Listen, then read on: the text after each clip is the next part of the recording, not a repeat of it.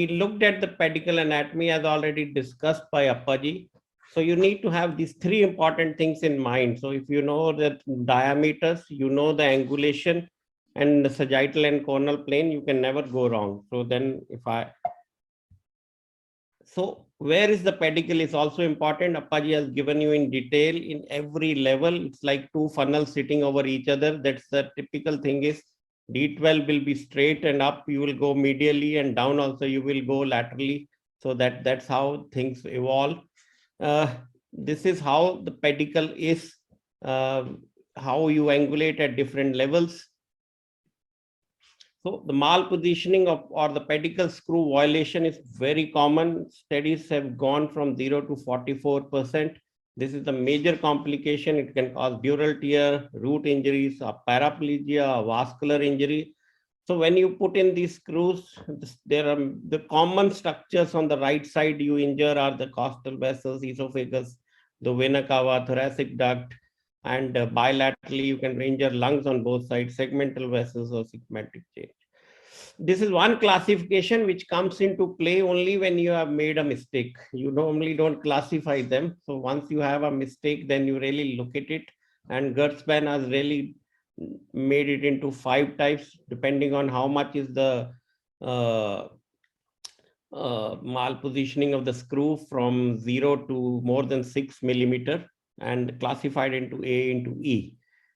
So your breaches can be anterior, medial, lateral, superior. So wherever the screw goes, and if it hits an important structure, it causes a problem. So this is the Canadian study where they looked at the post-operative assessment of pedicle screw and management of breaches among the Canadian surgeons and developed a new scoring system. So they did it among a survey among the Canadian surgeons, asked them what they would do it if the screw is malpositioned in this way. So they used in plain X-ray and CT and came to a conclusion, as we all know, that more worrisome breaches are the medial and least worrisome are anterior ones. So they looked if there's a breach and it is asymptomatic breach, most of the surgeons tended not to reoperate. So if there is a new onset of pain and less than 4 millimeter of medial and inferior breach in both thoracic and lumbar, 60% of the surgeons said they would reoperate. So if there was a breach and sensory loss and a breach on a CT, the 90% surgeons would operate for a medial breach and 70% surgeons would operate for an inferior breach.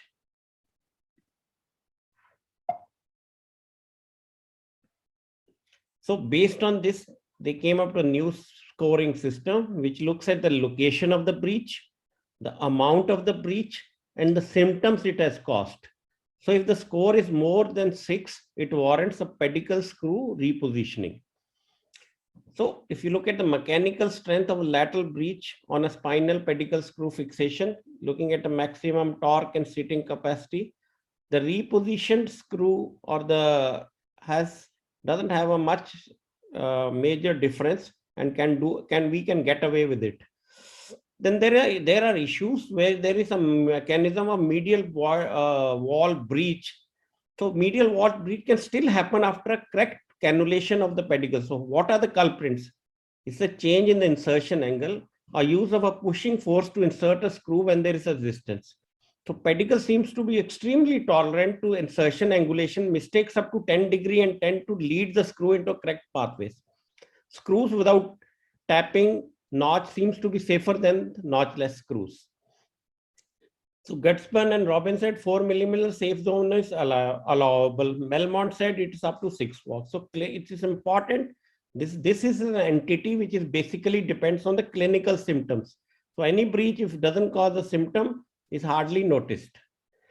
The cortical violation doesn't mean neurological deficit always, but violation more than 6 millimeter often presents with a neurological deficit. How to avoid it? Appropriate entry point, screw diameter, and undervision techniques.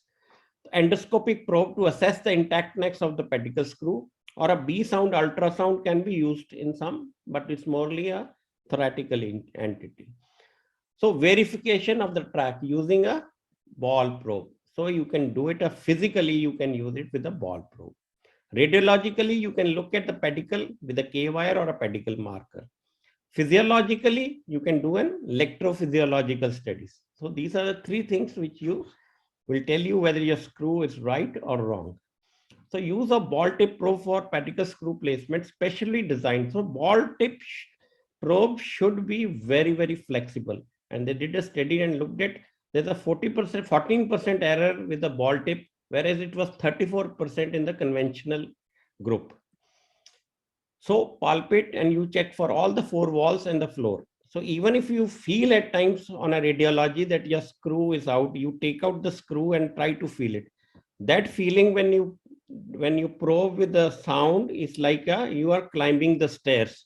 So if there is any violation, you will get into that hole. That your smooth climbing up or down the stairs will have a different feel.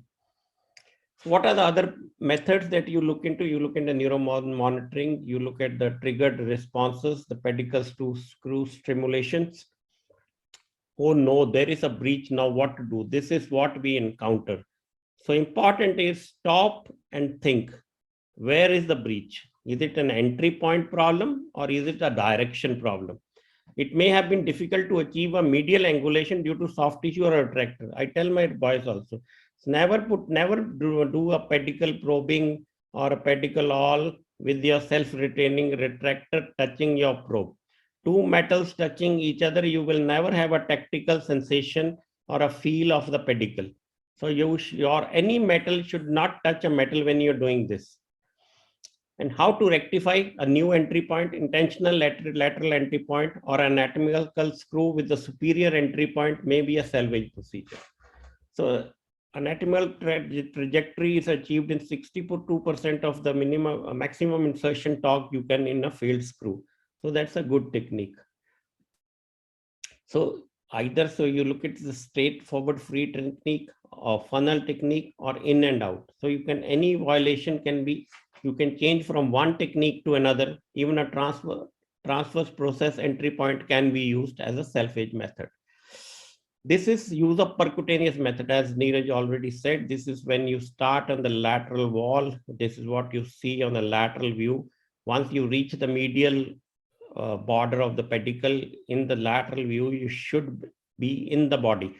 So when you're trying to salvage a screw, and it's very important screw, so even if you are not doing a cannulated screw, you can use a cannulated screw at that level.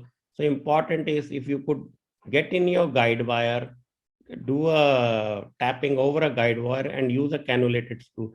That's the most safest way to rescue a pedicle. So another is the transfacetal or the cortical screws, which are now transfacetal. I am not very great fan of it. Cortical screws were introduced by Medtronics and now I think have been discontinued. Always keep sublaminar hooks ready. These are important to save levels, especially in thoracic. Just to save time, I'm coming to the last example. This is the ophthalmologist we had operated. He has a dish. These are bad bones. It's very difficult to put a screw, but once they tend to become very, very loose. This quality of bone there's no elasticity in these bones. It's a lumbarized S1, so did a L4 to S1 stabilization with the TLIF. So he developed a post-operative right calf pain. No gross breach was seen on the X-ray as seen on the left side. We did a Doppler thing, then we might have a DVT, but the radiculopathy persisted. So we got a CT scan done, got through the sections, and there was the right-sided, that S1 was the culprit. Steroids didn't give much relief, so we opened up. This is the point which Vikas was telling me. To any rescue screw, you must do a laminotomy. If you just feel excited that you have seen a breach and try to just unscrew the screw, and it is an inferior or a medial breach, your screw threads will act like a knife and cut through the root. So it is important that you do a good laminotomy, see the root as it is here, do a good root retraction, all under vision, all probably under microscope. And this important step, you can actually, the main surgeon can do this, and your assistant can actually remove the screw. So this is important. Rather than removing the screw is not important, but saving the nerve root is a more important thing. So this is how it is. And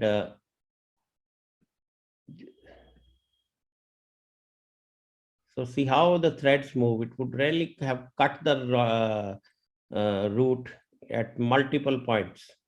So it's all, and with the breach which is more interior and a medial, it's very difficult, quite a difficult to salvage it. So this we could finally could do it in the same level, and patient was relieved of the symptoms. So take home messages: YouTube, Google are not the learning tools for beginners. Mentorship, cadaver courses are must. The urge to put the screw doesn't make anyone a spine surgeon. Pedicle screw instrumentation in deformity like scoliosis remains a challenge. The scoliotic pedicles follow the morphological pattern as in an deformed spine, but show individual variability. Preoperative CT scan is essential to analyze the feasibility and planning of a pedicle screw instrumentation in these patients. In case of symptomatic breach, recognize the problem early and investigate. Most of us, when the patient says like pain post-operatively, you tend to give him some steroid, some painkiller, gabapentin, and send him home. That should not be. Please investigate him. It will be another person's complication and not yours. So he'll definitely be after your life. Screw removal and reposition always under vision. Always master lumbar pedicle screws, then perform thoracic pedicle screws. Begin with trauma and later do deformity. Thank you.